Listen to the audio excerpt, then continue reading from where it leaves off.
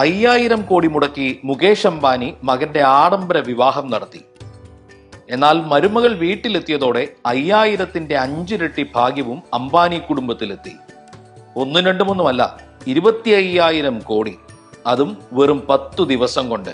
അതായത് ജൂലൈ 5-ന് അംബാനിയുടെ ആസ്തി $118 ബില്യൺ ആയിരുന്നു. ജൂലൈ 12 ആയപ്പോഴേക്കും ഇത് $121 ബില്യൺ ആയി ഉയർന്നു. ജൂലൈ 12-നാണ് അനന്ത് അംബാനി രാധിക മർച്ചന്റ് വിവാഹം നടന്നത്.